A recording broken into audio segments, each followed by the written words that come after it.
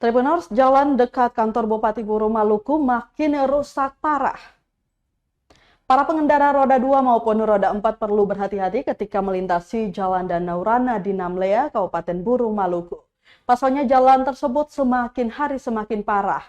Padahal jalan rusak tersebut berlokasi tak jauh dari kantor Bupati Buru, hanya berjarak sekitar 400 meter. Berdasarkan pantauan tribunambon.com Selasa 23 Juli 2024, kerusakan terjadi mencapai sekitar 15 meter dan terdapat 8 lubang kerusakan jalan. 2 lubang diantaranya berukuran besar bahkan hampir menutupi seluruh permukaan. Akibatnya hanya bisa dilalui satu kendaraan roda 2 saja.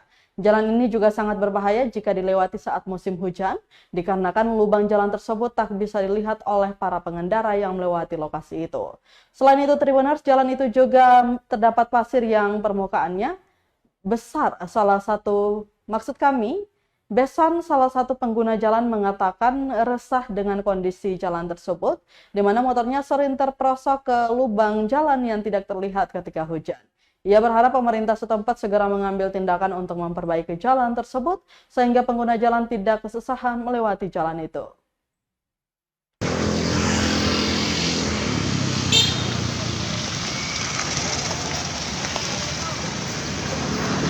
Download Tribun X sekarang, menghadirkan lokal menjadi Indonesia.